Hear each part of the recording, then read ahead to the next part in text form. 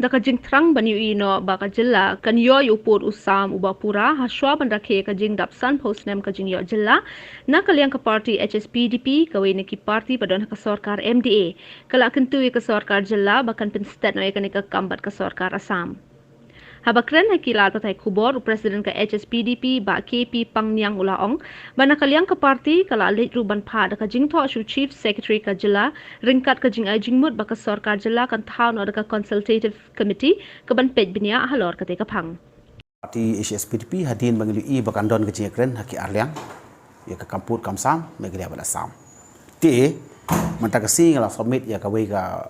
jingkepat bat ke jing ai jingmut sa ka sarkar leng bau chief secretary ba ka sarkar ka dei ban thau no ya ka wei ka consultative committee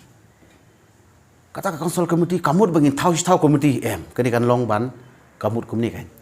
ba kata consultative committee endon ki members jong baro ki badan kam bade bandan with all stakeholders lagi ki political parties lagi ki council lagi ki NGO la da ki don ki balong tan kam bandon hang ta ma ka chong ka government tingi don ne ki kategori ki jing ajum ki terms of reference ka baning kong ka long ba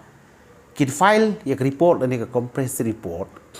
ya baro ki jing don ki tu ki area balon differences ki khat atli ki jaka but hang tu ban shem ya ka position ka shai mo la ka documents ka de ka jongi dan ka de ka bomre than ka jongi but baro ki areas of differences bakin kami beniak nang tu kan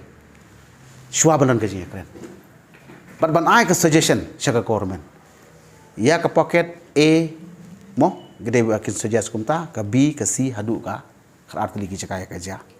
banginam du nong bat banginom let's say bangin bak ega bangingin kren na kami kali akan nong tik kumba ngila dep tip lepa ya kaba ten kam tamban le de bat dawa le de bat ai le de ban shim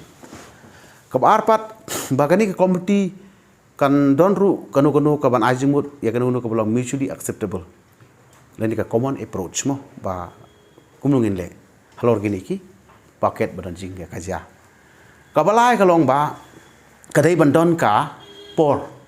state ka ngiong ka stipulated time frame ka ba umdai ban pelat ya ka tai benai le ni kum ta ter te pi ngiron hang ni jing saki kot ki ba hakapor ba mensua ka government ka barimru kala le ya kata kala ai ngi haki artli ki cakai ka ja ka kerteng jong ka jaka ka jing he jong ka jaka ki daw jong jing ki mapping but ki documents pi ni par khoi ki committee ngasu ka ton kam te kan pensuk kan pensai